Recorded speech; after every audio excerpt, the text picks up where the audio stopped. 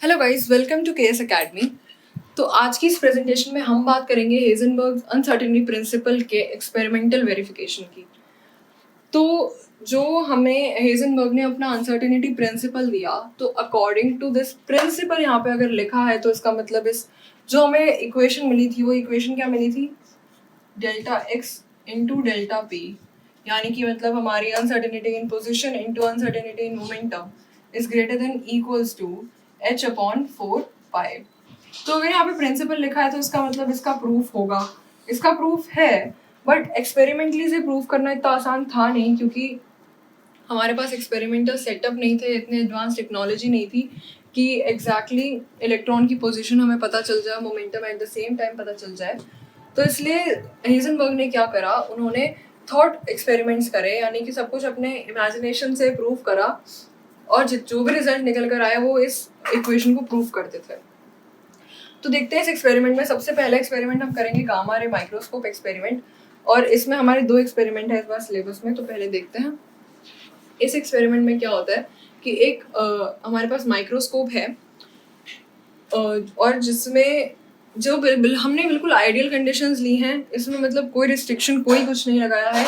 तो सारे ideal condition लेके सारे थॉट एक्सपेरिमेंट करके हेजनबर्ग ने सबको प्रूफ करा है। इस कुछ भी एक्सपेरिमेंटली प्रूफ नहीं करा गया फिजिकली करके। तो ये जो हमारे पास एक माइक्रोस्कोप है, इसके सामने हमने नॉर्मल इलेक्ट्रॉन की क्लस्टर लिया, और एक जो गामा रे फोटोन, हमारा जो फोटोन है वो गामा रे का होगा।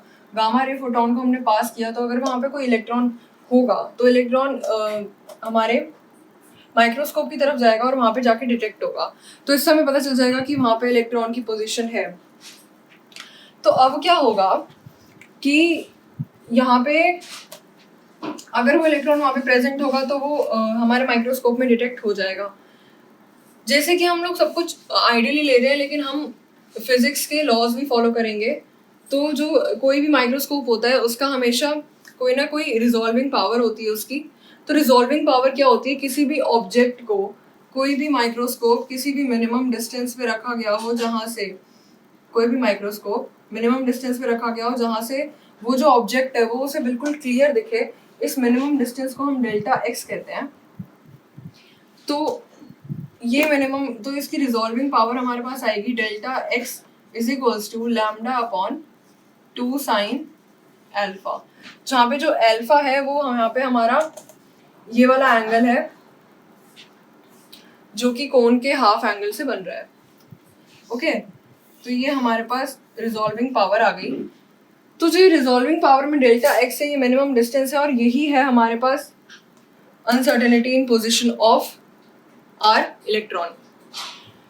तो अब इस अनसर्टेनिटी को सबसे कम करने के लिए, डेल्टा एक्स सबसे कम हो जाए, वो कैसे होगा, अगर हमारी जो ये पेन चेंज कर देते हैं इसके लिए, कि जो हमारा ये जो वेवलेंथ है, ये वेवलेंथ है गामा रे की वेवलेंथ।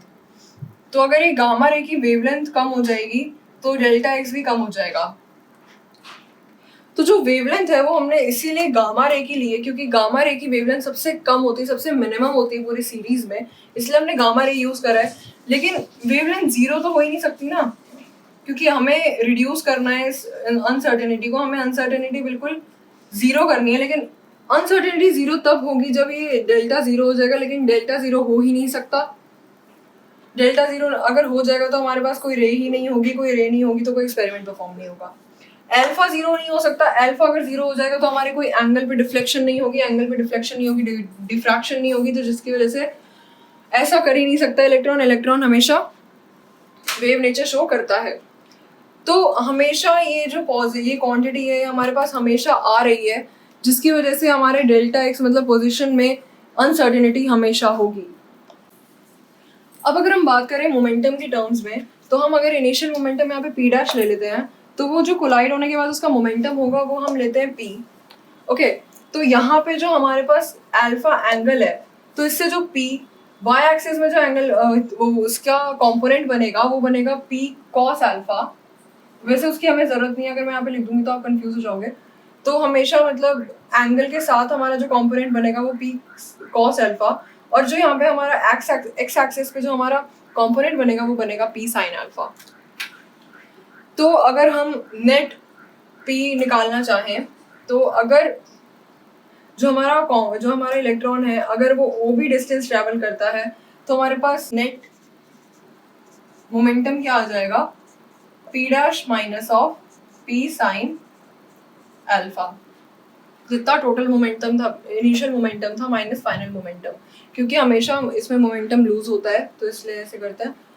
और अगर हम इसे P1 बोल लेते हैं, और अगर जो इलेक्ट्रॉन है वो OA डिस्टेंस ट्रैवल करता है तो हमारे पास जो नेट मोमेंटम होगा, फाइनल मोमेंटम होगा, वो हमारे पास आ जाएगा P dash minus of minus P sine alpha. यहाँ पे P साइन अल्फा, यहाँ पे minus P sine alpha, sign conventions. तो यहाँ पे क्या हो जाएगा हमारे पास P dash plus P sine alpha. तो अब जो हमारा नेट P होगा, यानी कि जो हमारी अनसर्टेनिटी होगी, जो हमारे पास फाइनल मोमेंटम आएगा, वो हमारे पास आएगा दिस माइनस ऑफ दिस। तो P डैश मतलब बड़े में से छोटे को माइनस करेंगे तो ऑब्वियसली ये क्वांटिटीज प्लस हो रही है तो ये बड़ा है।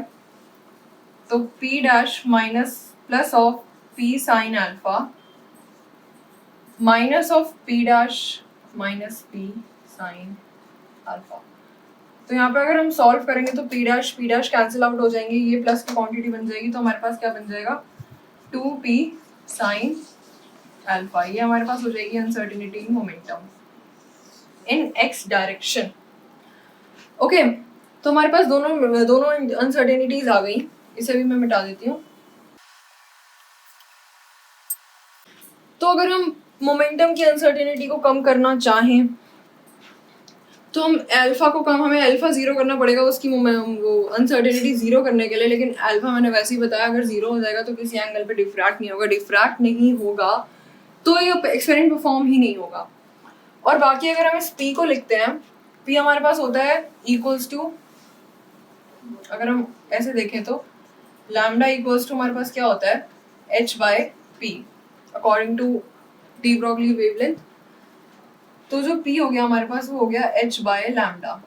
इसे यहाँ पे पुट करते हैं और हमारी वैल्यू फाइनल निकालते हैं जो कि होगा इन दोनों का प्रोडक्ट। तो delta x into delta P जो कि हमारी अनसर्टेनिटी है, अनसर्टेनिटी प्रिंसिपल है हमारा, वो हमारे पास क्या आ जाएगा इन दोनों को मल्टीप्लाई करके lambda upon 2 sine alpha into 2 P की जगह हमने रख दिया h/लैम्डा इंटू साइन अल्फा। ठीक है, इसकी वैल्यू की जरूरत नहीं है, इसे भी हटा दो। अब यहाँ पे आप गौर से देखो हमारी सारी टर्म्स कैंसिल हो जाएंगी, 2 से 2, साइन अल्फा से साइन अल्फा, लैम्डा से लैम्डा। तो इसकी जो अनसर्टेनिटी बचेगी वो सिर्फ h के इक्वल्स बचेगी, जो कि ऑब्वियसली अगर h से तो बड़ा होगा ही है क्योंकि h तो 10 to the power minus 34 है। तो अगर इनका प्रोडक्ट h से बड़ा होगा तो ऑब्वियसली h/4 पाई से भी बड़ा होगा, और इक्वल बहुत रेयर केस में हो सकता है, बहुत रेयर केस में। लेकिन अनसर्टेनिटी तब भी रहेगी, अनसर्टेनिटी कम नहीं होगी। तो इस एक्सपेरिमेंट ने भी प्रूव कर दिया कि अनसर्टेनिटी हमारी कम हो ही नहीं सकती, जीरो तो हो ही नहीं सकती, और ना कोई एक्सपेरिमेंट परफॉर्म ही नहीं होगा। लेकिन एक्चुअली में हमारा जो इलेक्ट्रॉन है वो फोटॉन्स के साथ एमिट होता है और मतलब हमें पोजीशन प्रोवाइड करता है, बट मोमेंटम और पोजीशन एक टाइम पे प्रोवाइड नहीं कर सकता। तो इस प्रेजेंटेशन में इतना ही रखते हैं। नेक्स्ट प्रेजेंटेशन में हम एक अगले एक्सपेरिमेंट की बात करने वाले हैं। तो अगर आपको प्रेजेंटेशन पसंद आई होगी तो please like, comment, share, subscribe कर दीजिएगा, और प्लीज़ कमेंट सेक्शन में थैंक यू लिख दीजिएगा। Thank you so much.